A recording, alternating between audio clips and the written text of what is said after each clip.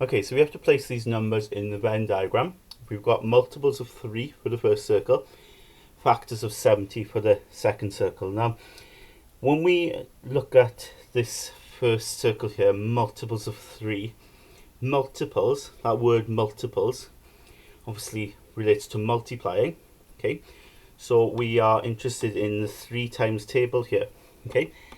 Now that's quite easy for us, isn't it? And we could actually list the 3 times table here to help us. So 1 times 3, 2 times 3, 3 times 3.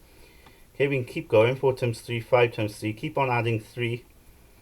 Okay. And we can keep going until we sort of need to. Okay, so you can see here the highest number is 35.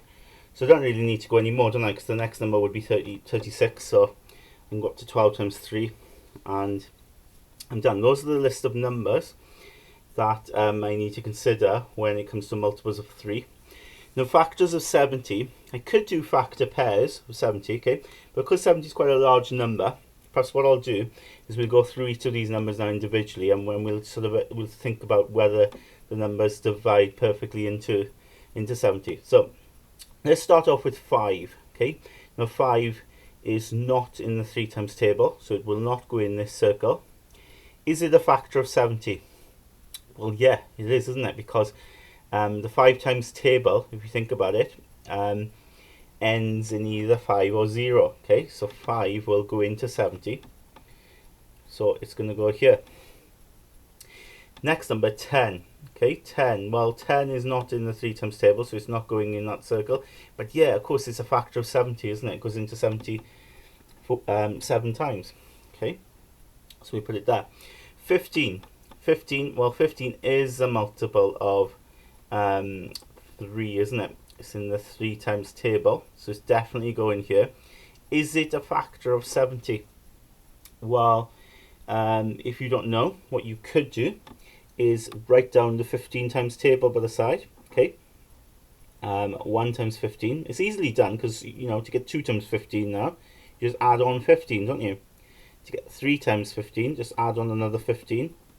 Add on another 15, so you get 60. 4 times 15, and then add on another 15 will be 5 times 15, 75. So clearly 70 is not there in the multiples of 15. So that means 15 is not a factor of 70. So it cannot go in this circle, but it is a multiple of 3. So it'll go here. Okay. 20, well, 20 is not in the 3 times table. Okay. Is it a factor of 70? Well, you might see that straight away already that it isn't, but if you want, you can do the 20 times table here. 1 times 20.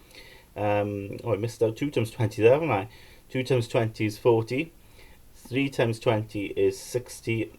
4 times 20 is 80, and clearly 70 isn't there. So 20 is not a factor of 70. 20 doesn't divide into 70 perfectly.